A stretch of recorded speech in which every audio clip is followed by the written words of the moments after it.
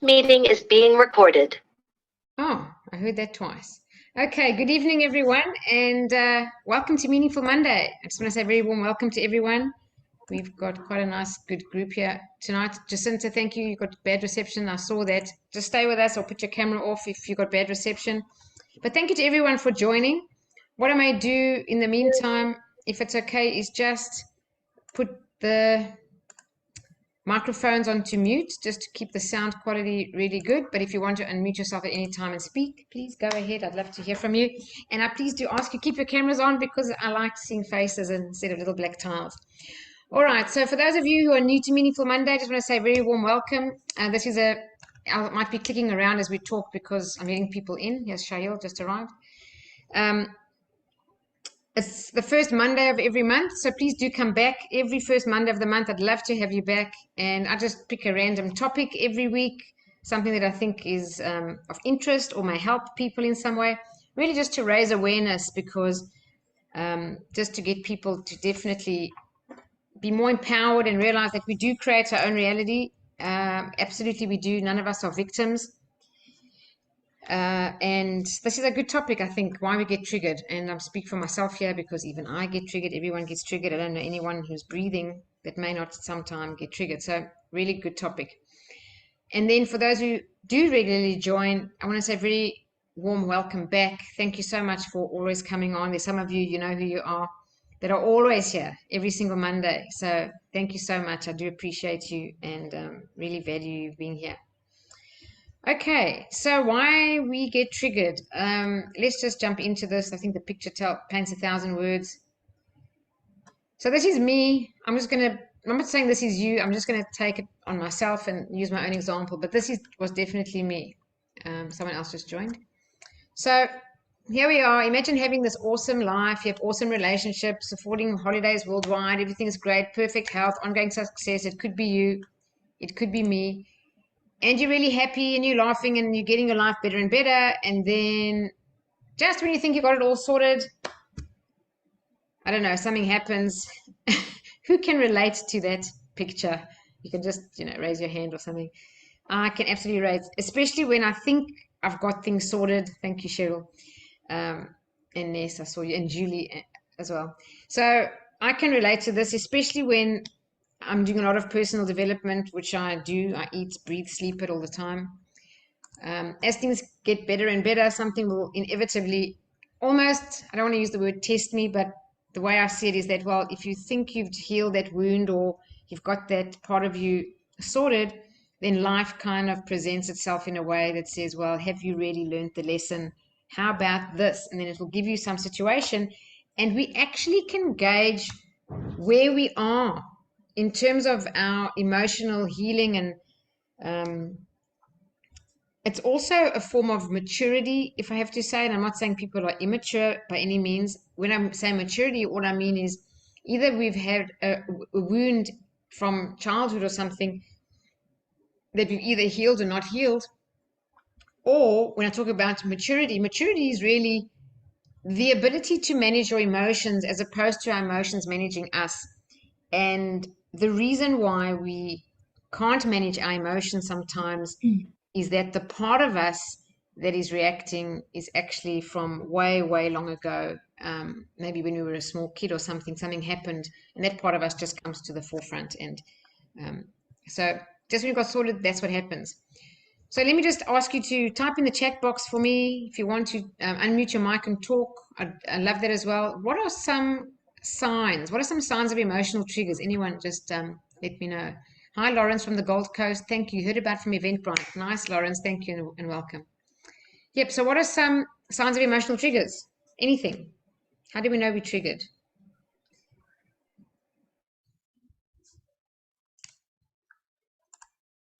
Irritability. Yes. We're just suddenly very annoyed. I can relate to that. Someone else has just joined. Anyone else? Not feeling in alignment. Yes, for sure. Snappy to those snappy to those who don't deserve it. Yes, I very much like that. That's definitely been triggered. And I love the way you put that, those who don't deserve it. And the reason that they don't deserve it is that when we are actually triggered, we see something that actually isn't there. We seeing like something will happen and our mind has got other evidence that's really not apparent there, but we just create something and like see information or evidence that's really just not there. And that's why it comes out really sometimes a bit harshly on the poor person. But we've just been, something has just automatically caused us to automatically just react. Cheryl says wronged. Yep. When you feel wronged, yes. And then anger, frustration. Anger is the big one, definitely. Frustration is another one. Just that instant that your emotions just rise. That's from Mike. Julie says angry or upset, absolutely. And Lisa says heartbeat goes up, heat in the belly. Oh, I don't like that feeling. I know what you're saying. You want to say something in the heat of the moment that I wouldn't say when I'm not triggered. That's right. And we often, if we're not in control of our emotions or, full of self-control and self-management in that moment, that's when we do. When we ever say something that we regret, it's definitely when we have been triggered. Okay, so an emotional trigger is something that causes distress. So that is negative stress. It just causes negative stress. And emotional reactions to triggers can look like things that you've just all mentioned there. Anger, increased anxiety, you're suddenly very nervous about something, that can also be a trigger. Crying, just bursting into tears, not saying always, but crying, yes, can be a trigger.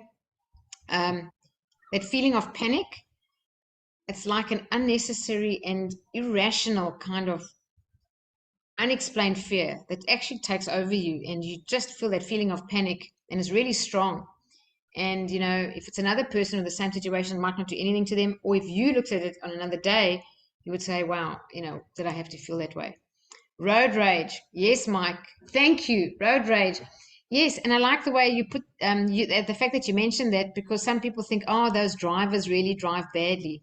It's not the drivers, thank you, Mike, it's us. We've been triggered, something inside us. Cheryl says palpitations, definitely. These are the physical symptoms like heart palpitations and so on, that feeling in your belly, the sudden onset of fear. Yep, they're all there. All right. So just to put a bit of psychology education in here. In psychology, a trigger is basically a stimulus that causes a painful memory to resurface. And a trigger can be a sensory reminder of the traumatic event. It can be a sound, a sight, a smell, a physical sensation, even the time of day or a season. So basically, at some stage in our life, something happened that really, really caused us internally to be very emotionally distressed. And you may or may not even remember that experience. It could be when you're 2 years old, it could be when you're 18 months, 6 months old, even 5 years, doesn't matter, when you're small. And in that moment when the thing happened, all your senses are kind of, whatever's going on, are captured and impressed into the brain. And that memory's got all of them together. So sometimes, even if a person, I remember one day, a guy at work in corporate said that somebody's perfume just triggered him because they had a very, very bad relationship with the person, and that person wore that same perfume. So that's an example of that smell. Now, it may not always be those things. It could be something along these lines. Here's another example. An adult who experienced abandonment as a child might feel triggered from an unanswered text. This is a big deal for a person who had abandonment as a child. We just think it might not be a big deal for someone, but for someone else, that uncertainty is a really big deal for them. They're sitting there, and the kind of feeling starts to just get stronger and stronger and stronger inside of them. That uncertainty, why they didn't receive a response, can bring back all those feelings of abandonment as a child. And it takes over. That's why triggers are so troublesome in our relationships, because they actually take over. So I'm just going to go through. I've got a couple of notes here. I might just refer to these notes. Quite a few people have joined. We now got 22 people, which is nice. So the first one is feeling invisible. This is just really when no one is paying attention to you, or you might say something. You might say something even to your partner. It could be to a group of friends. It could be in a meeting at work, and no one's paying attention. And that can bring up some feelings of insecurity or feelings of insignificance. It may also cause us to compare ourselves to someone else, which is really not a good thing at all, because it makes us feel kind of small or makes us feel invisible. And that's a horrible feeling. The other one is being dismissed. So, letting someone else in. If you speak up ever and just people ignore what you had to say, that's the feeling of being dismissed that can trigger us. Being ghosted, that just means when someone goes silent on you. So you may have left a message for them, or phoned, left a message in the text, whatever it may be, or just haven't heard from the person. They've just completely gone silent on you. And there you are wondering what's going on, scratching your head, thinking like, was it something I said? Was it something I did? Did maybe they hear about something? Also, people might think, did they find out something about me that really upset them? So you don't really know. And then these thoughts just spiral into confusion and then doubt. And then, now we're all concerned and emotions rise, and then we triggered again. My big one, I'll admit, is this fear of being used. And I'll explain it to you a little bit later. But that's one where you just think that you've been used, that someone will take advantage of you, or that you're blindsided, or that there's kind of this imbalance where they got using you for some benefit for them, but they don't really care about you, or there's some imbalance there going on. That's another one. Sensing danger, that could even be something as unusual as you fear that a lifelong secret about you is going to be shared. And you can be triggered, just the thoughts. So sometimes we go to a place with a whole lot of people, and in the moment, just afraid that the person that you've shared this lifelong secret with might just say something, not knowing for you it's a big area of shame or embarrassment or something, and that can trigger you. So that sensing of danger, or any other sensing of danger. The feeling of being utterly alone is really not a nice one. Like you're alone in this world, or there's no one that you can turn to, or there's no one that you can pick up the phone and call. And sometimes triggers don't actually need to be something that's actually happening. It can just be an awareness, or even thoughts going in your head. It's just when it brings up a lot of emotions. Another one is being controlled or smothered. That often happens when other people make choices for you. Now, I don't know about you, but I can say it as I've just said those words now. That triggers me. I'm honest. I'm not perfect. I admit my faults too. I don't like that at all. In fact, it actually brings out a rebellious side of me. If I'm continuously told what to do, I don't like it. So that must be a trigger of being controlled or being smothered. That feeling of being stifled. It could also be interpreted or experienced as being smothered, or people being too clingy to you is another way. Then being vulnerable. Being vulnerable is an interesting one, because the same person may feel calm being vulnerable with a certain person where they feel supported, and they feel safe, and they feel they can trust the person. But that same person being vulnerable in a different situation can really be triggered when they feel that there's a risk of how that person's going to respond, or no guarantee of how they're going to respond. And often this fear that things could turn out to be worse if you were vulnerable, and that you're going to be judged maybe, or something's going to change the way they perceive you or they feel about you. A big one for many people is boundaries being ignored. That's not nice at all. People, like when we have our boundaries violated, inside of us, we're thinking that person should know better. They know that I don't want that, or that's not appropriate, and the person goes, yes. So it kind of makes us feel disregarded when our boundaries are crossed. And that may even be, some people are even triggered on that one by being asked personal questions. I know that some people really dislike it. I'm the kind of person, I choose to share what I want to share with who I want to share it with. And sometimes I also don't like being asked personal questions. Now, we triggered often on something like that when we don't use our voice and just say, well, I'd rather not discuss that, or whatever you want to say. We don't know how to use our voice. So then we're triggered and all these emotions because we're not comfortable in our own skin to actually handle that situation.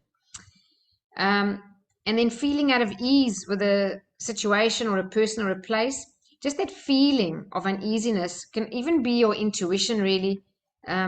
Just something happening that doesn't sit well with you, or that something is wrong, or something that goes against your values, or you feel like your integrity is going to be challenged. Someone wrote here, being manipulated or gaslighted. Absolutely being manipulated. Oh, that's horrible. Yes, you can add that to the list. In fact, I might even write that down. Thank you so much. Yep. Gaslighted, or when a person turns something that you've just said to kind of make them aware of the way you feel, and they turn around and they blame you for it. Being taken for granted. Thank you, Ness. Thank you, Cheryl, for all these. Yeah, taken for granted. Very true and really not a nice feeling at all. So you guys really have a handle on this. I can see you understand it very well.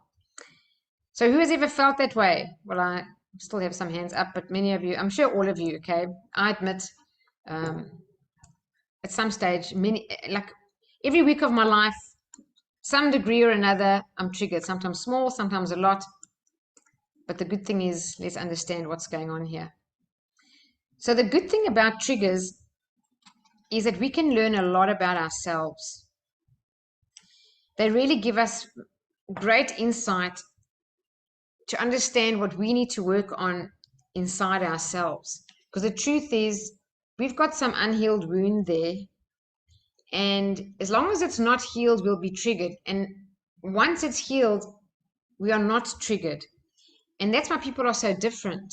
And if you look around, something that happens to someone is different for someone else. So I just want to share with you when I was triggered and uncovered my greatest fear. So back in October, myself and Nancy, who's on here tonight, hi Nancy, for those of you come on recently. So Nancy and I, she helps me in my business. We do work together, and we've known each other, and we're best friends for about 5 years now. So we decided to go and get certified in the Louise Hay Heal Your Life, Love Yourself, Heal Your Life workshop leader to become a trainer of the course. So of course, the first thing you do is attend the 2-day Love Yourself, Heal Your Life workshop. And there I went to Cairns, it was in Cairns with Nancy, and I'm thinking to myself, I'm so excited to get certified, to add this to what I can serve people with and help people with. And I'm going for the certification. So I'm going to say that again so you get my sarcasm here. I went for the certification. I wasn't like going to heal my life, if you understand. And I'm thinking that I'm all happy and everything's great. Well, let me tell you, when I got there and I did the 2-day course, I had my own personal biggest breakthrough. And I've spent years in personal development, and I really have done a lot of work and healed a lot of things in my life. And I thought I was in a pretty good place. And there I got the biggest surprise of my life, which came up through the workshop and just things that were unfolding there. And this was mine. I realized that to be blindsided and the smallest thing, as I said, when you're triggered, you'll see evidence that isn't really true, or you see things that are not really there. And this is my biggest fear, which I realize is being used again and again and again. And this comes from being sexually abused when I was 12, 13, 14, 15, as a teenager.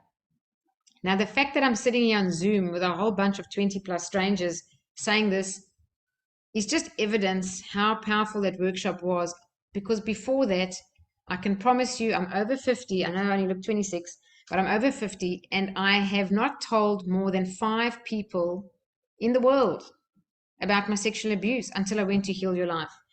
So I'm very comfortable saying it. I don't have any emotional challenge with it. And there's nothing. The emotions are completely neutralized.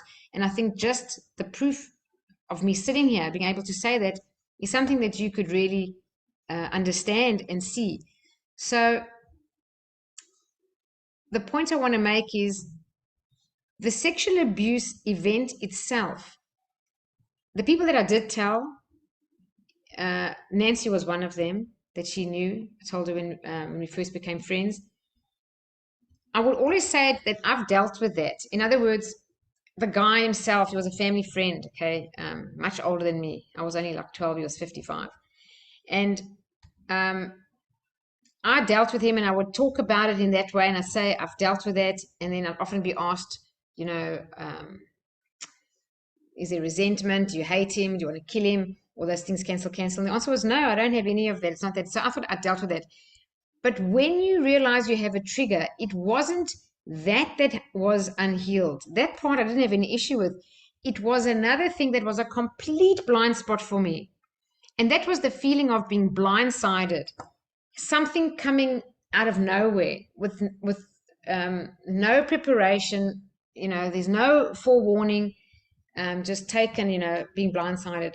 So the point I want to make with my story is there are layers with our own healing. And when we heal one layer, we think we've healed that thing, but there's always another layer.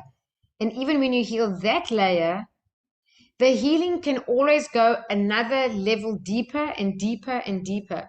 And even Louise Hay, who created the phenomenal program Love Yourself, Heal Your Life, or wrote the book Heal Your Life that many of you know,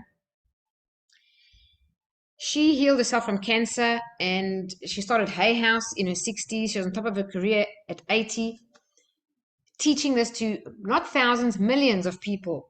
And she herself, when she was 89, found herself being incredibly triggered by someone who made a comment about dancing. And she realized this was a trigger for her because when she was much younger, she always wanted to be a dancer.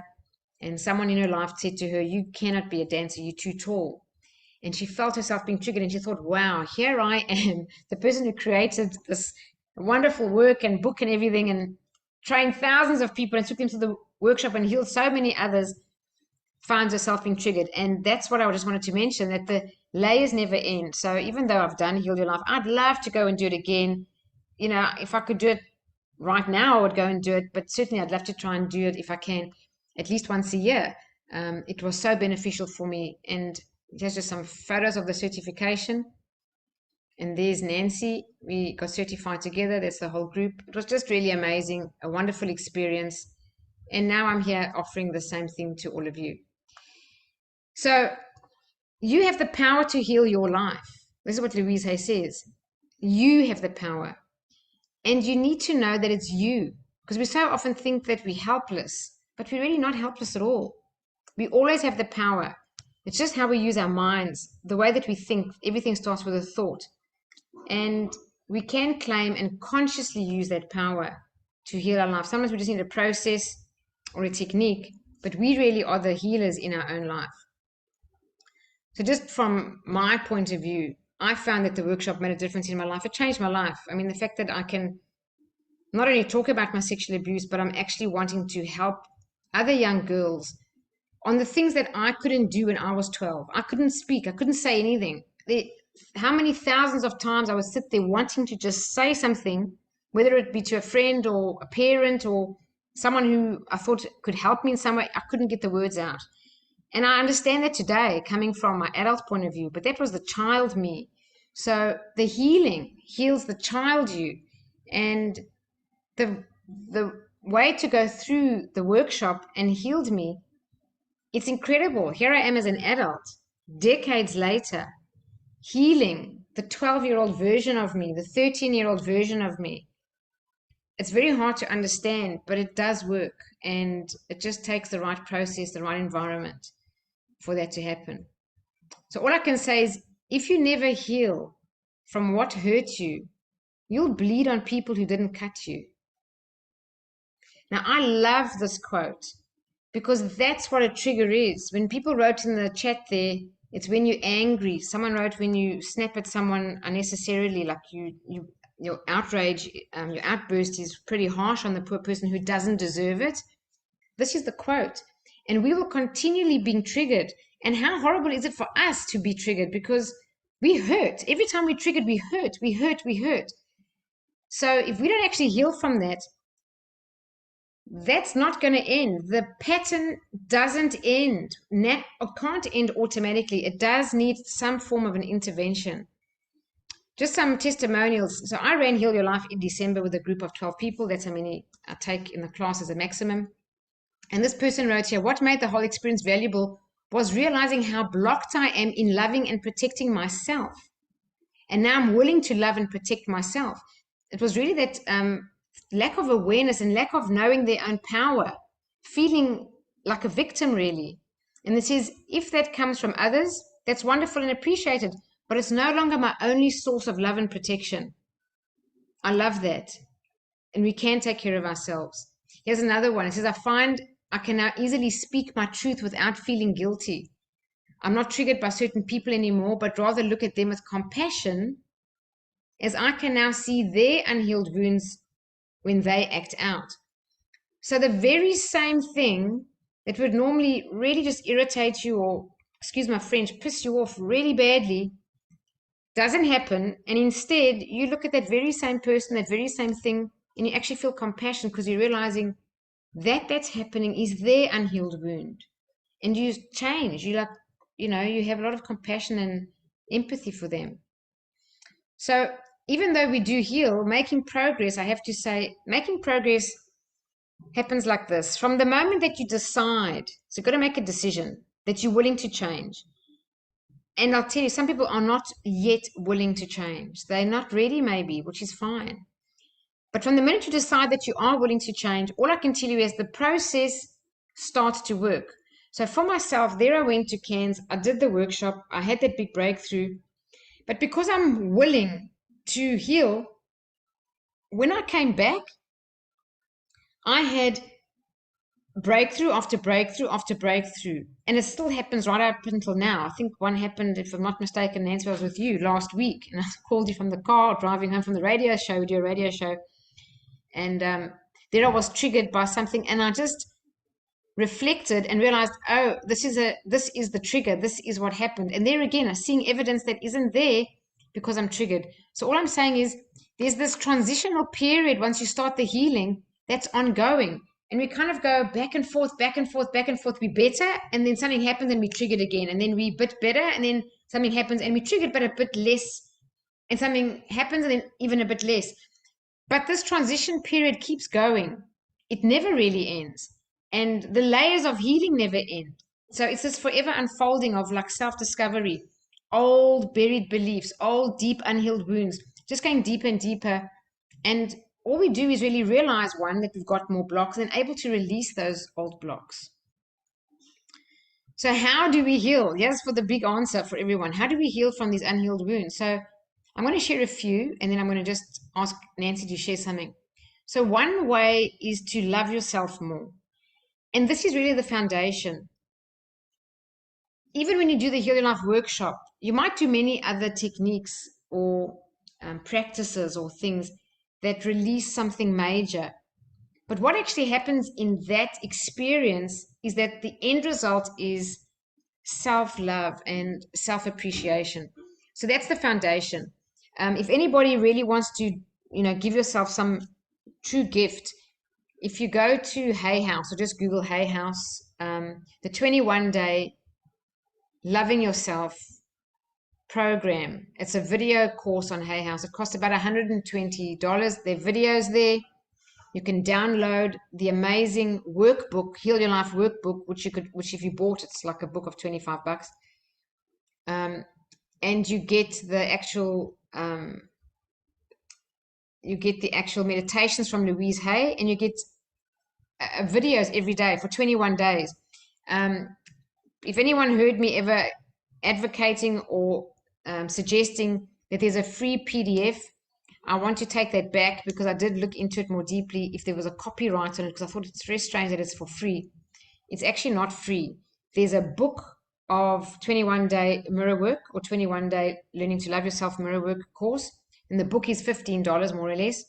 But the video online course from Hay House I recommend. That's the best way to actually do the 21 days, and that's about 120 Australian dollars. So that's to love yourself. Okay, releasing anger is another way to heal. Definitely forgiveness of others, and the big one is forgiveness of self. And then healing the inner child. So Nancy, I just wanted you to share because Nancy really explains this very well. I think this is kind of her little zone. I might just stop the share so you can see it. Just Hello, share with us everyone. your explanation on on healing the inner child. Okay, I'd like to start with saying that it doesn't matter how old you are, you have an inner child. So whether you're male or female, you've got an inner child that generally wants love, acceptance, and nurturing and kindness. Now, as children, we probably believe that when we did something wrong, we were at fault. And children tend to believe that if only I can just get this right, then mum and dad would love me. And it seems to be a pattern that happens. And then what happens is we just say that we're not good enough. And as we grow up older and we're adults, we still think that we're not good enough.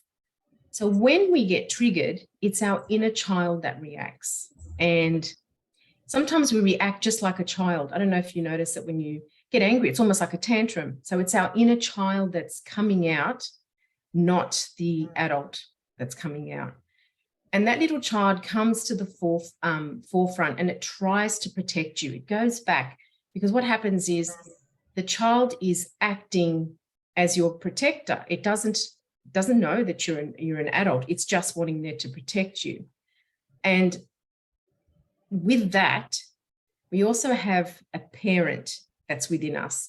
And that parent, if you were criticized as a child, that parent pops up and says, you know, you're not good enough, or why did you make that mistake? And when you're an adult, we criticize ourselves. That little voice in our head, that our parent, comes in and says these little words, and then we start to criticize ourselves.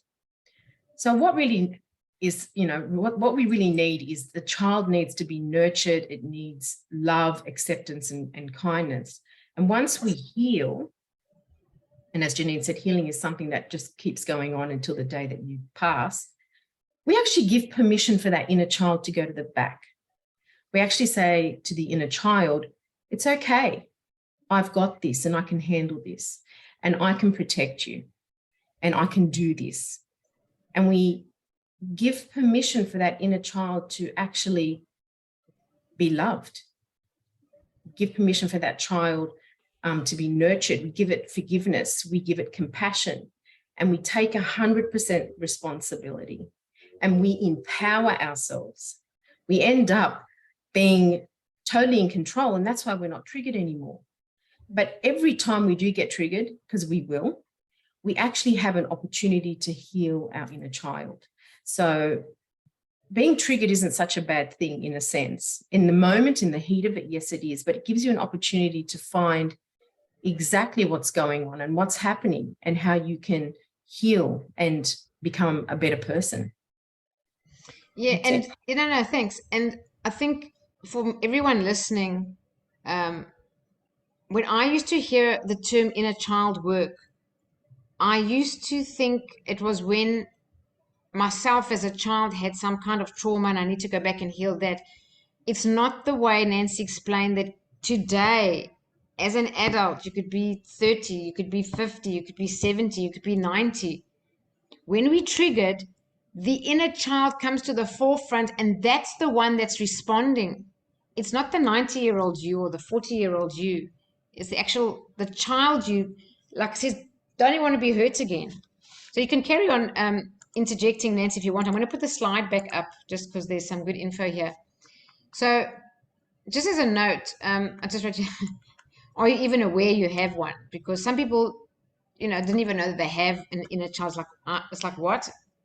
Are you like, am I childish? Or no, every person has got a child in them, an adult in them, and a parent in them. As Nancy said, that's the critical voice, is the parent. So I've written the word ego here. I just want to give you an example, and this might help you understand it from another point of view. I was in corporate for 20 years, and I remember, and those of you in corporate can relate to this, how many times you're in the boardroom with some very important people. I don't know, they may be the CEO, the MD, the directors, and boy, they had an ego bigger than the room, and we all had to just like put up with it. And they were like this big, the wisest, the smartest, the most superior, the cleverest. And that you see there If you ever knew a boss or someone who had a big ego, that's the little boy. That's the inner child who's trying to act bravado. Because if he doesn't act like that big bravado guy, he's afraid he's going to get hurt again. The inner child saying, "You're never going to anyone hurt you like that again. So you're going to act big tough now. You're going to be big and tough now." And that as he's walking around with his big toughness is actually the inner child acting out. So that's what ego is. I just love that example because, sometimes that can make sense. People think that that's the adult them. That's not the adult. That's the scared little boy inside the person. Nancy, I want to talk about defensiveness because that's what we get very defensive. We go on the back foot. So if someone is giving you constructive criticism, we actually take offense. We get offended and we take it very personal. So again, it's the inner child coming out and protecting you. So you get on the back foot and you get some people get very emotional, they cry, or they call them very sensitive. All those sort of things is just your inner child just being very defensive, because that's a trigger. There's something from when you were young or when that child was young that made them feel that way. So we run on feelings. It's all emotion, That's really. right. So the trigger is the emotion that comes up for us. Yeah, and then I've put fear there because the emotion is always fear in some way. So no matter what that emotion is, when we defend ourselves, when someone's defensive, it's a fear. It's a fear of one of those things we had on that long list there. Maybe a fear of being used, maybe a fear of being hurt, maybe a fear of being double-crossed, maybe a fear of being abandoned or rejected or being totally controlled, whatever it may be. Is that fear.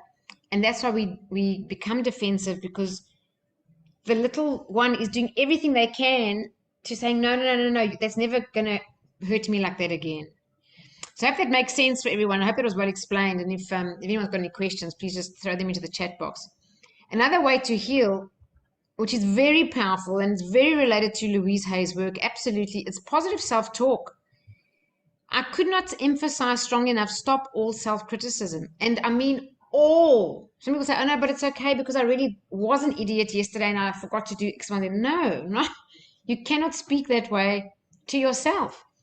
If you've ever done something that you think you were an idiot or you were wrong or it was really something stupid or bad, you need to speak to yourself again, as if you were walking around with a small little 4-year-old impressionable child that you had to absolutely take care of and love, encourage, and build up. That's how you've got to talk to yourself. So here I was myself. I did something and it actually kept me up for about an hour the other night thinking, I should have never done that. That's so stupid. Why did you do that? And I'm thinking, no, you can't speak to yourself that way. And I said, okay, I allow myself to make mistakes while learning over and over again. I allow myself to make mistakes while learning. I love and accept myself over and over. I love and accept myself. I love and approve of myself. This is what I learned from Louise Hay. And I just kept doing it as a mantra, like round and round for a couple of minutes until eventually that feeling subsided. Because otherwise, I'm pretty hard on myself. I beat myself up. And I've only come to all this awareness really through Louise Hay's work, and the power of it is phenomenal. However, it's ongoing. You've got to keep practicing. So positive self-talk, could not suggest it enough. I'm going to jump back here. Forgiveness of others. I just want to say, forgiveness of others. Let me just start with before forgiveness. The first step of forgiveness is anger, okay? It's definitely anger. There's no two ways about it. If you don't go through the anger stage properly, it's difficult to do the forgiveness stage properly. And this is not my opinion. If you read books on it, you can see that, often there definitely is that first stage. So sometimes when I'm just going to use this example because it's easy. Let's say a person was in a very terrible marriage and it was abusive and it was just the worst ever. And we stayed in the marriage, let's say, for, 10 years. And then finally we got the courage and whatever, and we left the marriage and now we're free and we're better and we're healed. We may have this resentment, okay, and we can be triggered by that experience. And we're resentful and we're really angry, let's just say, hypothetically, at that person.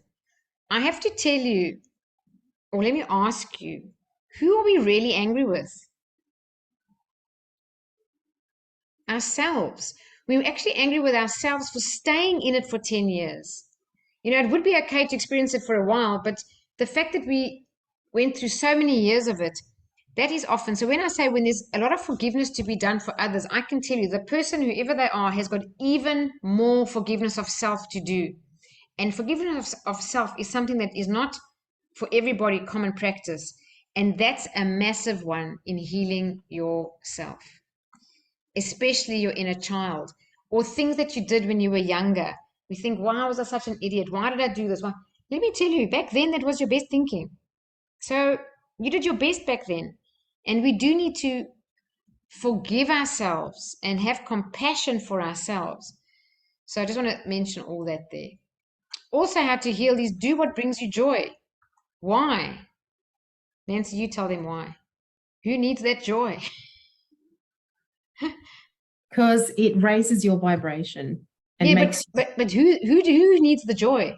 you need to be a child again. You really need to do what you love. So if you as a kid loved going and swimming, then go into the ocean, make it a point to actually go swimming. That's right. If you love to, I don't know, whatever, play games, then do that. Take up a hobby that allows you to do that. Actually bring out the child you. Be more playful. Yeah. She doesn't mind me saying this because she gave me the testimonial and said it's fine to use her name. But the one attendee, Marie, who did the course in December, I saw her recently at a party, and I can tell you, she looked fantastic. And the way she was dressed was just, she looked gorgeous. And she even looked, I'm not going to say cute in a negative, cute in a wonderful way, just really comfortable in her own skin. She was wearing like a one-piece pair of shorts. She looked really, really nice. And I said to her, you look great. And she goes, yep, I am embracing my inner child and we're having so much fun. She said, I'm so connected to my own inner child. And she's just so unreserved, if I can say. She's just really more comfortable in her own skin. I just love that term. And that's really a result. And now doing more and more and more of what brings her joy. And we need that in our lives. We need to feel that joy. Another way to heal definitely is more self-care. We know what that means. Not just know it in theory, but actually practice it. Take care of yourself. Make sure you sleep enough. Make sure you eat when you're hungry. Make sure you have 3 meals a day. Don't skip meals and think, oh, no, I'm working too much. No, take care of yourself. Drink enough water. If things are too stressful, take a pause. Don't overwork. Don't work into crazy hours of the night. Look after yourself. Or if you have to, then take time off the day afterwards. Also, journaling is fantastic to heal us, especially when we're journaling things that trigger us. When you start journaling, you'll find you can actually sometimes journal your way into a whole new level of awareness and healing. Affirmations, that's Louise Hay's strong ground, and that's exactly what we use all the time. It's even in the 21-day mirror work course or in the Heal Your Life course, we do work with affirmations. They really do work. Just to also mention that any thought is an affirmation, by the way, and anything you say is also an affirmation. So what we do when we talk about affirmations is we consciously craft and create them and practice them. But let me tell you, negative thoughts that are in your head are also affirmations, and negative things that we say, they're also affirmations. So we've got to be very, very careful with our speech and with our thoughts. On YouTube, you'll find many free Louise Hay meditations. Use them. If you've got forgiveness to do, you'll find them. If you've got more love to do for yourself, use them. There's a lot out there. And then mirror work. Mirror work is that 21-day course, but just to tell you, stand in front of the mirror every single day and tell yourself something beautiful, like, I love you, and use your name. So for me, I say, I love you, Janine. I really, really love you. And if that sounds weird, I have to say, you probably need it. Because if it sounds weird, it means that that's foreign for you to say to yourself that you love yourself. You need it the most. And I can honestly say, as I sit here now, one of the most beneficial things in my life is when I started to do mirror work. I started that 21-day thing in 2019. And I do it every single year. I do it more than once a year. Nancy does it too. Almost every one of our coaching clients, we recommend it to as well. It changes your life. So for any one of you sitting here, please don't hesitate. Find that 21-day mirror work, do it, or just do mirror work, practice it, create your own affirmations. The one that I I really love that I used, and I even got it on a click counter. I've told myself this over 6,500 times, is this. I love myself, I believe in myself, and I'm worthy and deserving of fulfilling all my desires. They're really important statements. I love myself is a very important statement. We have to love ourselves to get better and heal. I believe in myself is one of the most important beliefs you could ever have, because if the whole world believes in you and you don't believe in yourself, you ain't going to achieve anything. But if the whole world doubts you and you believe in yourself, you'll still achieve that thing. Everyone can doubt you, but if you believe in yourself, you will achieve anything. So I love myself, I believe in myself, and I'm worthy. I am worthy, and of course deserving of fulfilling all my desires. Maybe some people don't like the word deserving. I understand it's got like you had to do something to take it out. Then I'm worthy. I'm worthy of wonderful things, of living my dreams, or whatever you want to say. So that's really mirror work in a nutshell. So let's just go back to what Nancy said and kind of sum up here. When you don't get triggered anymore, then you take control, and it's you, the adult you, at the age that you are now, you start coming to the forefront and you taking control of your life. And what you're doing in that moment is you give your inner child permission to now take a back seat. They don't have to take care of you anymore. They don't have to protect you anymore. They don't have to jump in and defend you anymore. They can take a back seat. So the trigger is the child you, always stepping forward, and it's not the adult you. And once we understand that, this whole thing of being triggered makes so much more sense, because sometimes we don't understand why something infuriates us to such a degree. So I hope that's been helpful for you. Now the big question. We've got a lot of healing to do. The layers never end. I'll just ask, how do we heal everything? You know, that's a question I had. I don't know if you have it, but how do we heal everything? So you want to tell them? We never stop healing. We always get triggered. So it's a long journey, and it's just day by day. Every time you get triggered, it's your responsibility to heal. Yeah. So that's exactly right. How do we heal everything? You heal everything in stages. The journey never ends. It's your whole life. There's Louise Hay, after all the years of teaching this stuff at 89, getting triggered. So I do want to put that in big, bold, capital letters on the screen, just so we can all just be aware and just know, for our own benefit, that the healing has got depth. It doesn't mean, so even myself and my sexual abuse has got depth. As I thought the one thing was okay, there I was blindsided by something else.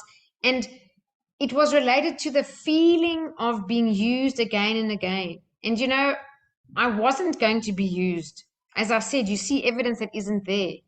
But something triggered me. So I don't know what it is. It's any of those sensory things. It could be the way someone said something. It could be the words they use. It could be the color of something, the smell of something, the lightness, the season. I know this sounds crazy, but if you get right into the neuroscience, when that trauma happened, the brain mapped something and locked it in. And any one of those points in the brain, if they get fired up, it fires up the whole neural net that's got the original thing. That's what a trigger is. So we need to actually break that. And that's what the healing does. And once it heals, it doesn't go back. It can't close again and cause you any more pain in your life. But something else can trigger some more, and so on. I just want to share this. This is Marie, the one I was talking to you about. She says, I knew I needed to go deeper in my healing journey. And it's true what she says. I know Marie, we've known each other for, let me say this, more than 12 years now, I think 13 years almost. And she's done a lot of work on herself over the years, lots of healing. And I commend her for that. She's really come a long way. Amazing woman. And she said the 2-day Heal Your Life workshop provided a safe space to explore my emotions and get some beautiful support from the facilitators and other participants. I now have a deeper connection with myself and my inner child, more understanding about self-love, and some practical tools I can use daily. As a result of this deeper connection, the authentic version of me is starting to emerge again. And I'm learning how to have more compassion for myself and others. And I think that's really beautiful. And the other beautiful thing is the support from the other participants. Everyone who comes to Heal Your Life plays a role in helping to heal others. And that's a feeling of significance. When you can sit there and bear witness, when you're working one-on-one with someone potentially, and they're going through some healing, and you are the one that's holding space for them, it's one of the most beautiful and significant moments of a person's life. So I love that. And this is Darlene. She says, I found the 2-day workshop most enlightening and beneficial. I left the 2-day event in a heightened state of mind and well-being, and have since had much more clarity in my life, especially with career, and have found myself taking more action, with enthusiasm. I'm now also more strong in speaking my truth instead of the previous fearful me. Thank you, Gina. Nancy, your leadership, compassion, attention was highly commendable. So that thing about speaking her truth, in my experience too, I found during Heal Your Life also, and yourself, Nancy, I know you can say so too, we find our voices.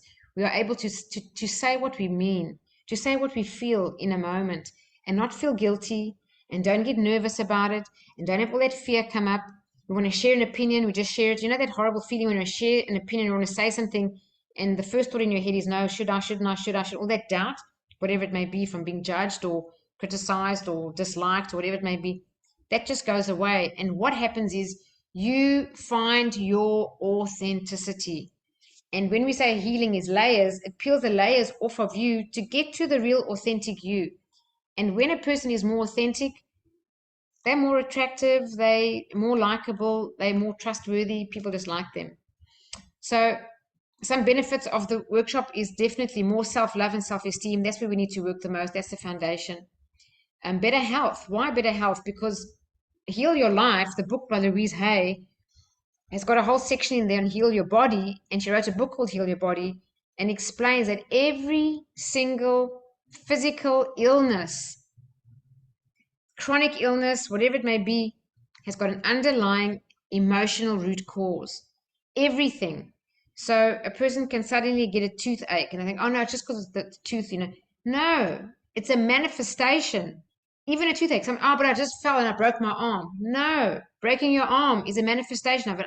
So when you get the book and you read Heal Your Life, in that body dictionary, everything is attracted into our life from an underlying feeling, an underlying emotional state that we're in. That's what's called disease, dis-ease. Anything from an itchy finger to breaking your arm, whatever it may be. Abundance and prosperity. If anyone listened to A Meaningful Monday, which I think was called A Block with Money or something like that, forgiveness is one of the biggest, or lack of forgiveness, one of the biggest blocks to money.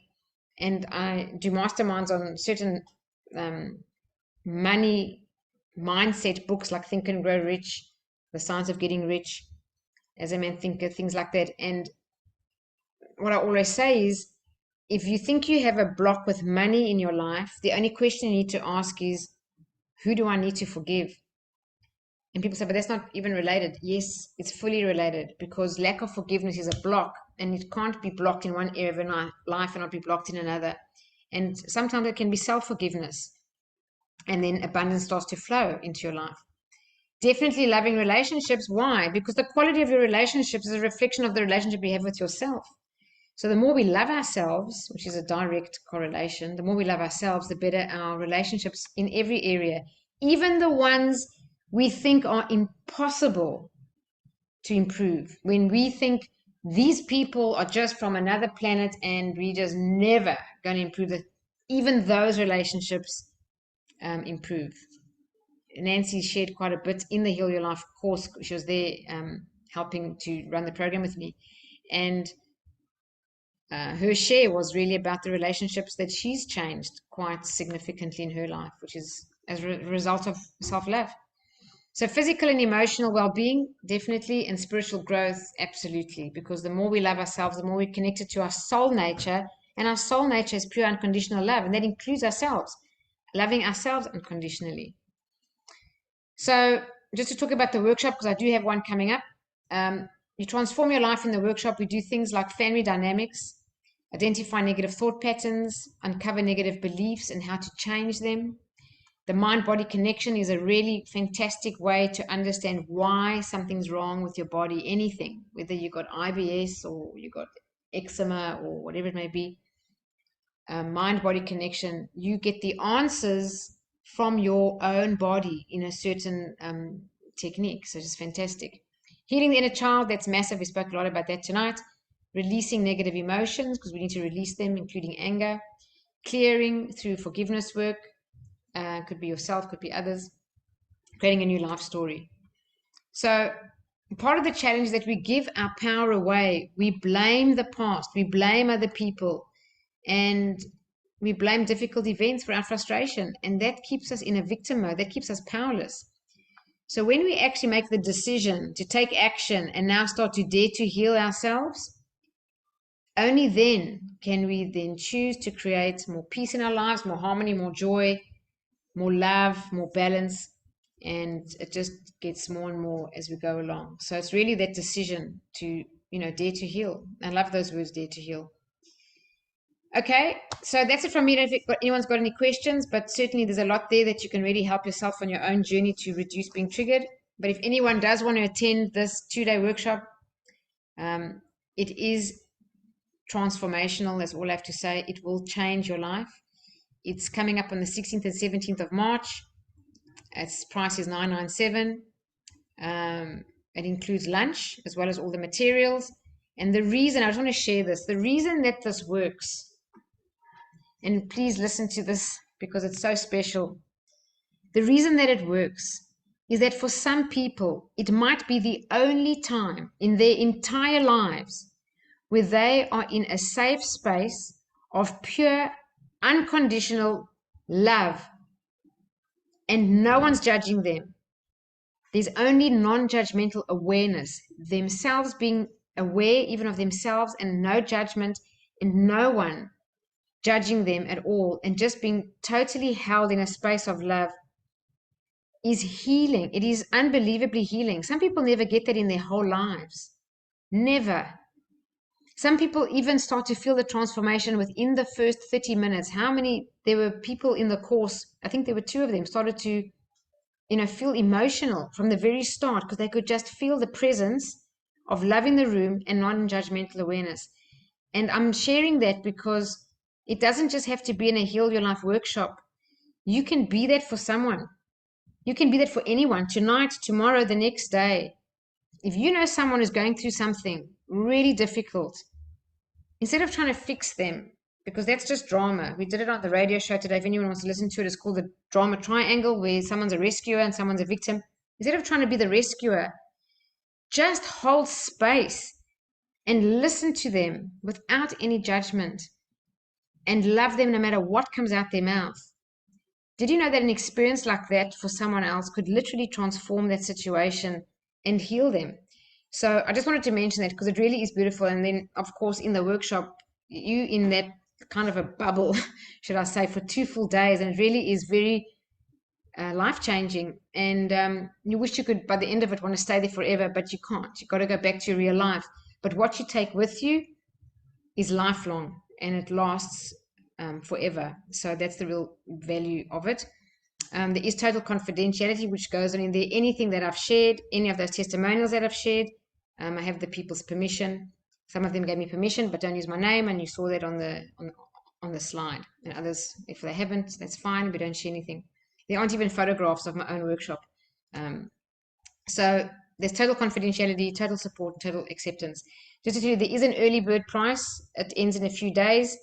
As of this evening, we have sold already 7 of the 12 tickets. So I think there's just 5 left. So if anybody wants to jump in and join, I'd love to have you.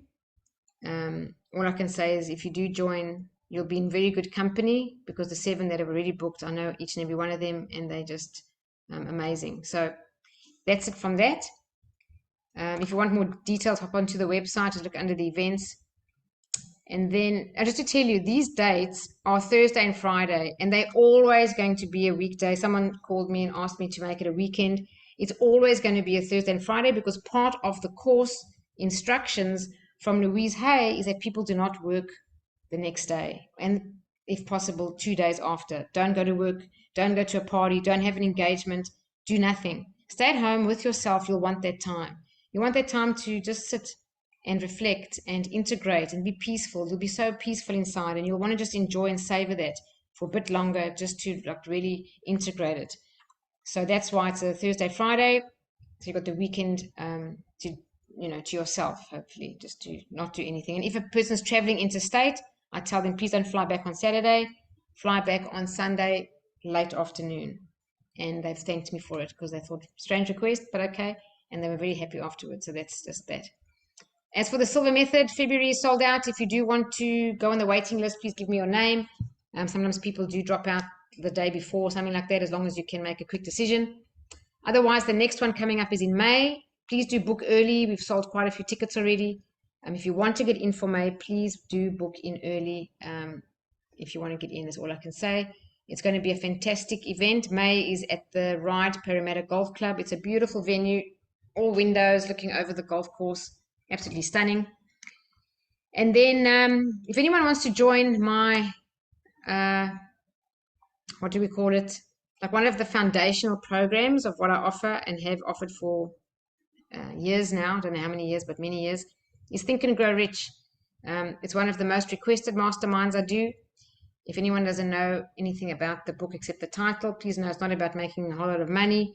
It's one of the best personal development books ever written. It's very similar to the Silver Method, and it needs to be studied. It's not to be read. Millions of people have read it, and they haven't made millions and become rich. So it does need a structure. It does need a mentor, a teacher, and a group to share our minds and share the information. So if you want to join that, please book early. It's coming up in April. It's a beautiful longitudinal study course of 8 weeks where we get together and you'll meet some wonderful people. So that's it from that. Otherwise, any questions from anyone before I carry on? We're going to do a meditation now. Yes, Nance, please go. Don't have to put up your finger. You can. You have 4 seats left. Sorry, one just got sold. Okay, there are 4 seats left for this one. Yeah, please jump in and join. If you think it's for you, I just want to tell you some quick story, if I may. If you think it's for you, trust your intuition and make the decision and take the action. On the day of Heal Your Life in December, when the people arrived, there were 2 people who, how can I say this, Nancy? So the one felt really sick and nauseous out of nowhere, and afterwards, after like talking them through it and saying, just come sit down, have some water, they themselves said a few hours later, it was just my resistance to change that really just overtook me. And someone else had an injury literally outside my office, like 5 meters from the door, and said, oh no, I don't think I can come, I need to go to hospital. And they themselves again said a few hours into the workshop, and definitely by the next day, saying, all of me was resisting, knowing that healing is change. So Louise Hay says this, and I love this. If you want to write this down, please do. I'm safe, it's only change. And just repeat it, I'm safe, it's only change. And they had to affirm that over and over. It's safe, I'm safe, it's only change. Because even though we may not be happy and we've got drama in our lives and things that trigger us all the time, knowing that going to a Heal Your Life workshop is going to heal a part of you, quite a large amount of healing will take place. It will change you. Even that's a good thing. And your conscious mind says, yes, I want it. Your subconscious mind doesn't want any change. It's programmed to never change. That's how it's designed, to keep you exactly the same, even if you're unhappy, even if you're unhealthy, even if you're sad, even if you're broke, whatever it may be, it wants to keep you the same. So that's why naturally, neurobiologically, our whole system is designed to resist change to some degree. So I'm just saying, if Heal Your Life is something that you think this would be something beneficial, and I recommend this for everyone, I really do, to improve your lives. But some people don't want to take the step, and I respect that. That's their choice. But if you're the kind of person who thinks that you do want the change and you want your life to improve and you want to be happy, have better relationships, be less triggered, and you think about it and something holds you back, all I'm saying to you is don't listen to every thought you think in your head. It's doubt and it's fear, and it's a natural reaction when we know that there could be some change. I would say trust your intuition and take the step. And that's how I would put it to anyone who thinks that they want to have the healing. Okay, so thanks, Nance, for giving me the update. Any questions otherwise from anyone on anything I've said or Heal Your Life or anything of the sort? Anyone, just unmute your mic or speak or type it, anything? Any comments, anything? Nothing? 5, 4, 3, okay. Let's, someone did write something here. Thank you so much. I'll read Louise Hay. I had some connection problems today, hence I switched the camera off. Thank you, Karen. Thank you. That's all good. Any trips planned to Queensland? Vanessa. Just to clarify, Vanessa, is that for the Silver Method you're asking, or Heal Your Life, or which one exactly?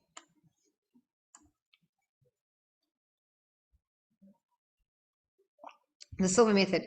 Yes, do me a favor if you wouldn't mind, Vanessa. I don't know if you've got my mobile number, but yeah, 0449 159 928. Just please send me a text. I'll contact you. I'm not advertising any particular Silver Method classes off my website or anything for Queensland. I do have other people who are hosting me and organizing it, and I'm going there to train. And let me contact you and put your name on the list. They're not 100% confirmed, but they're most likely going ahead. One is north of Brisbane, one is south of Brisbane. So like Gold Coast and Sunshine Coast. So if you'd like to just send me a text, I need your name, please, your surname. I know you've emailed me, but just give it to me again, your name, your surname, your email address, and just say, I'm interested in Queensland Silver Method. So if I go, I can let you know. I will have to leave now. Okay, thank you, Karen. All good. We're going to do a quick guided meditation now. So for those, if you haven't done this before, if you're new, please grab a pen and paper, because after meditating, I'm going to ask you 3 or 4 questions whilst you're in a meditative state, and the way the answers will come to you, it'll be your intuition or your higher self, and you'll get some really good answers. Have to go, Ayana. Thank you, Ayana. Thank you so much.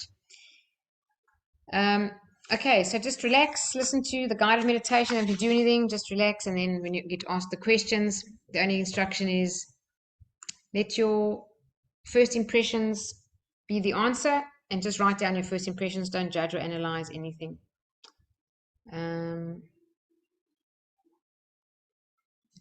Okay. Just want to get some music. Here we go. Can you hear this okay? Yeah? All right. So just get comfortable. I'm just going to put my camera off for this. Grab a pen and paper. Make sure you do write your answers down. Don't do them in your head. It's a different process. And just relax.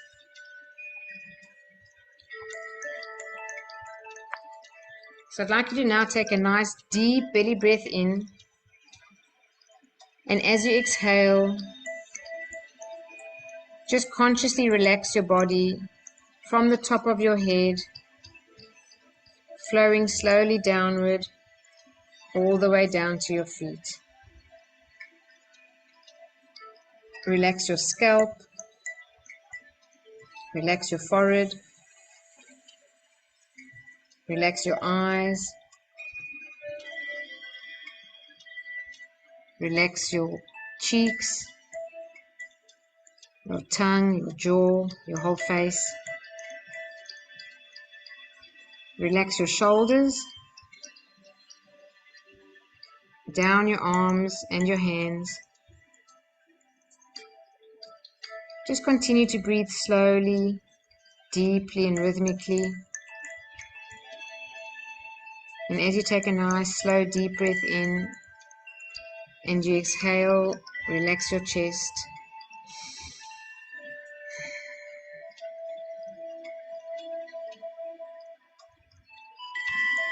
Take another slow, deep belly breath in. And as you exhale, just let it out and relax your abdomen.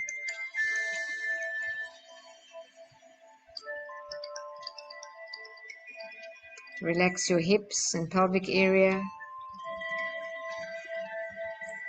Relax your thighs. Relax your knees. Relax your calves. Relax your feet.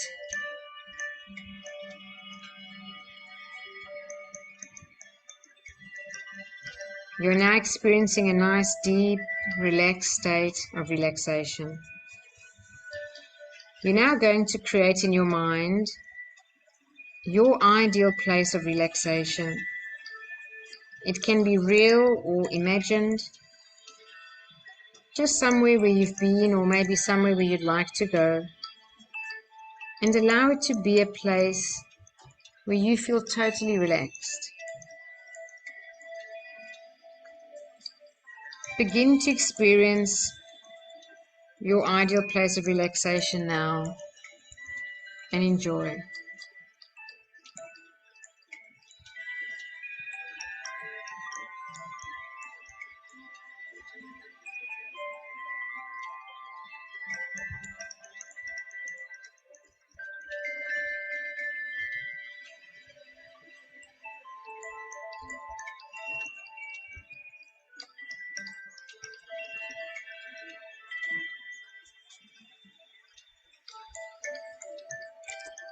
Now that you've created your ideal place of relaxation, you're going to add a waterfall of white light into the scene.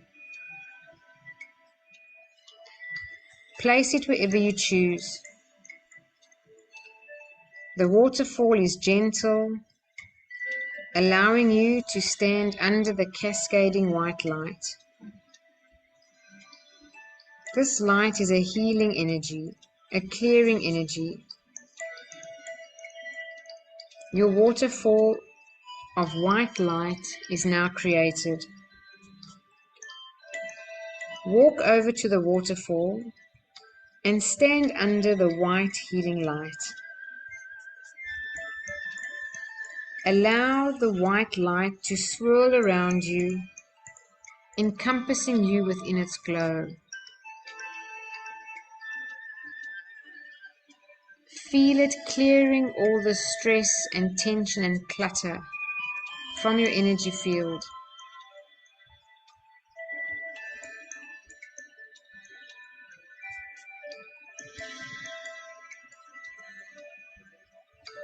As you experience this clearing energy and your aura or your energy field is now feeling clean and clear, just notice how much happier you look.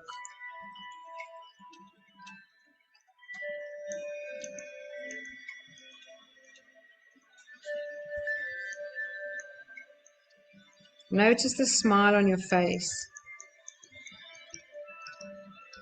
And notice how the weights that you've been carrying are no longer a burden. Notice how your energy field is expanding out as you are radiating love.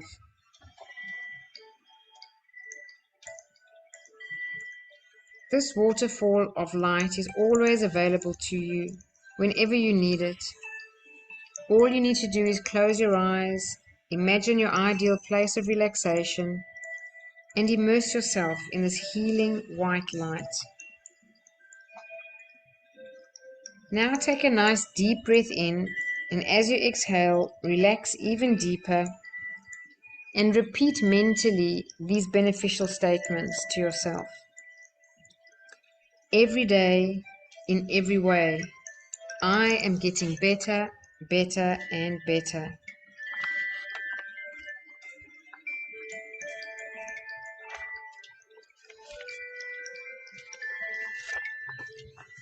Positive thoughts give me benefits I desire.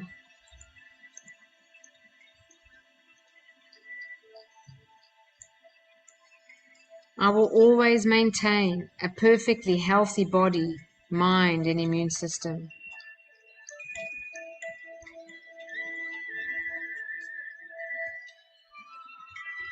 The following statements are for your better health, so keep in mind that from now on, I will occasionally be speaking in your place. every second, every minute, every hour, every day, every cell, tissue, organ, and system of my body is revitalized, restored, and renewed, resulting in a perfectly healthy body, mind, and immune system. If you have any ailment, visualize yourself, use your imagination to see yourself in a perfectly healthy body, mind, and immune system. Affirm to yourself that you're able to function in harmony, physically, mentally, emotionally, and spiritually, to promote maximum benefits.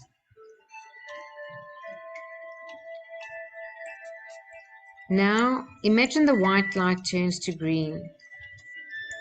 You're now immersed in a beautiful, glowing green light. This green light is unconditional love. It surrounds you. It encompasses you. It flows through your entire being. It fills you with love. Any hurts that you felt, any pain that you felt, any angry moments, any time that you've been triggered, just allow this green light, this unconditional love, to heal all those spaces now.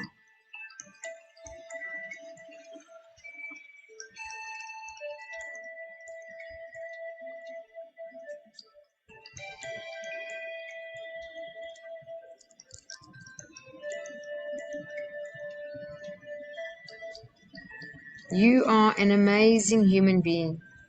You deserve love. You deserve joy. You deserve abundance. And you deserve peace. It's now time to step out of the waterfall. So step out of the waterfall of light. Your energy field is now clean and clear. You are centered. You feel calm. You have much clarity. You are in the flow of universal love and energy. Now that you've reset your body and mind for the month ahead, it's now time to set your intention for the month ahead. So I'd like you now to tune into your own inner wisdom, your higher self. Just trust that you are tuned in to that part of you that intuitively knows what is best for you and guides you. And whilst having this knowing and this trust that you tuned in to that higher part of you, I want you to ask yourself the following question and just write down your first impressions. What do I need to focus on for the month ahead?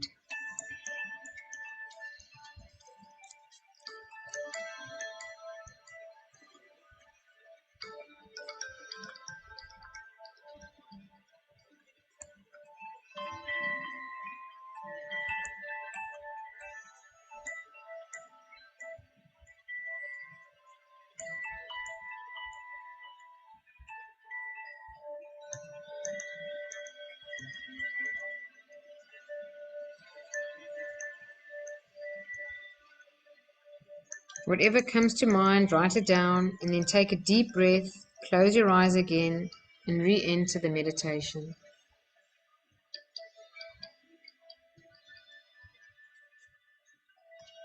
Next question. What steps do I need to take me closer to what I want to be, do, or have? Write down your first impressions.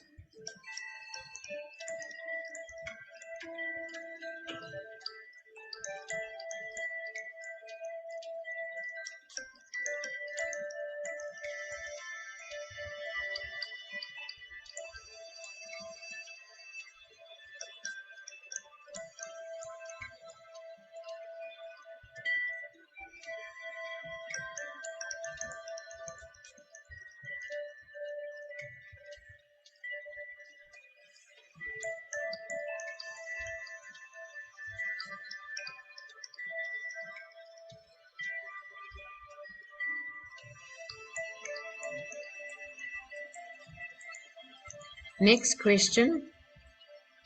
What do I need to let go of?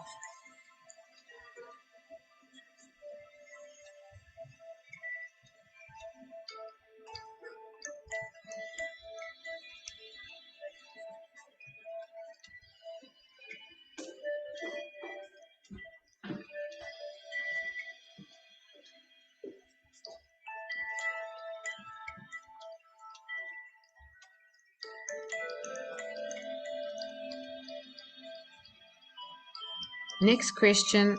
What do I need to embrace?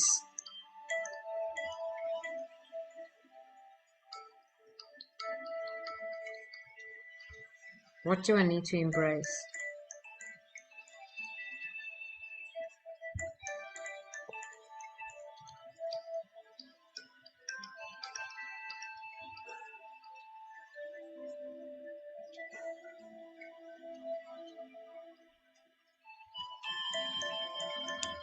And the last question, is there anything else? Is there anything else I need to do?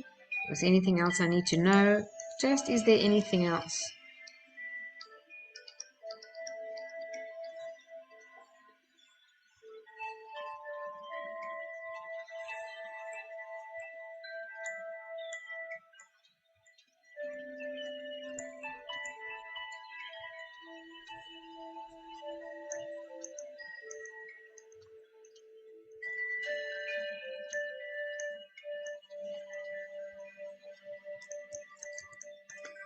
And then allow a nice deep breath and relax. Just become aware of the room you're in, the chair you're on, or the bed you're lying on, whatever it may be. Wriggle your fingers and wriggle your toes. And when you're ready, take a nice deep breath and you can open your eyes. Okay. Welcome back. I'm trying to find my own camera button. There we go. Okay, welcome back, everybody. Welcome back. Oops.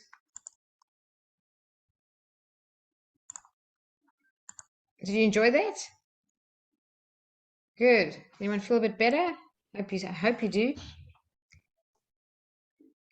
Okay, just trust the answers that you wrote down. If they're a little bit different to what you expected or a little bit surprising, trust them even more. It means that it was really your intuition and not your logic. And that's always correct in our lives. You know, they say logic. Jose Silva used to say, if you make a decision with your left brain, you're probably going to make the wrong decision, and you might not know it immediately, but give it time, you'll realize it's wrong. But if you ever make a decision with your right brain, which is your intuition, it's always right.